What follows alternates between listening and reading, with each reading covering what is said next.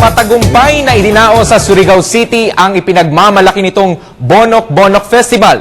Naging masaya at makulay ang naturang okasyon kung saan hindi lang mga residente sa naturang lungsod ang nakisaya, kundi pati na rin ng mga lokal at dayuhang turista. Samahan natin si Joseph Parafina sa kanyang paglalakbay sa Surigao City.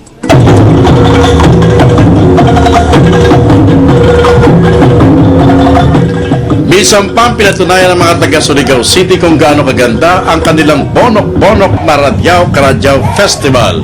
Mula sa street dancing na dinubog ng publiko at dance competition na pinakampinali na sa pagkilala sa kanilang patron saint na si San Nicolas de Tolentino, ipinakita nila kakaibang galing na nagdulot ng saya sa lahat ng sumasaksi sa nasabing festival. Ito na ang pang-28 pagdiriwang ng mga taga rito bilang pasalamat sa kanilang masaganang ani, maraming huli sa pangisda at magandang buhay. At dahil sa sayang dulot nito sa mga dumadalo, mukhang mauulit pa ito ng mauulit. It's very successful, no? First thing first, yung mga judges hindi dagan nito. So para talaga maibigay sa inyo yung dapat manalo ng first prize. Kaya, of course, na very successful. Salamat sa lahat, salamat. Noong una, masaganang ulan lamang ang kanilang hiling. Subalit dahil sa pinagkaloob naman sa kanilang sapat na ito para pasalamatan nila ang kanilang santo. Bahagi ng festival ang paghahanap ng kanilang Queen of Festival na pinatunayan naman ng mga ito sa galing nila sa pagsasayaw hawak ang kanilang santo. Ang ilan nga sa kanila tulad ng nanalong ito, di na halos madala ang kanyang suot dahil sa bigat.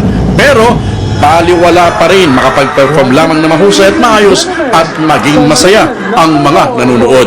Yes, hindi po para sa akin yung panalo, kundi para po kay Sr. Santo Niño kasi po this festival is hindi po para pagandahan or paggandahan ng sayaw, kundi yung paano natin pasalamatan yung Sr. San Nicolas de Tolentino sa lahat ng biyaya na binigay niya po sa atin. Lahat ng mga lumahok dito, di mo kakakitaan ng pagod bukod sa kanilang mga bis na talaga namang pinaghandaan. Inspirado silang gawin ito habang pinapanood ng maraming mga turista. Suportado ng Department of Tourism ang festival na ito, kaya naman lalong dinayo ito ng mga turista hindi lamang sa Pilipinas kundi maging sa ibang bansa. The Radyaw-Karadyaw Festival. Radyaw because it is all-embracing. It involves the people, the culture, and practically what is good about Surigao. Wala na pagsidla ng saya mga mamamayan na nakasaksi sa festival dahil halos ayaw paawat na mga kalahok sa kanilang pagsasayaw. Sabi nga ng mga taga rito, darating ang panahong mas makikilala sila at dadayuhin pang lalo ng maraming mamamayan dahil kakaiba talaga ang kanilang Bonok-Bonok Festival. Bonok-Bonok Radyaw-Karadyaw Festival. It's more fun in the Philippines. Viva! Mula sa Surigao City, ako si Joseph Parafina, Telebisyon ng Bayan.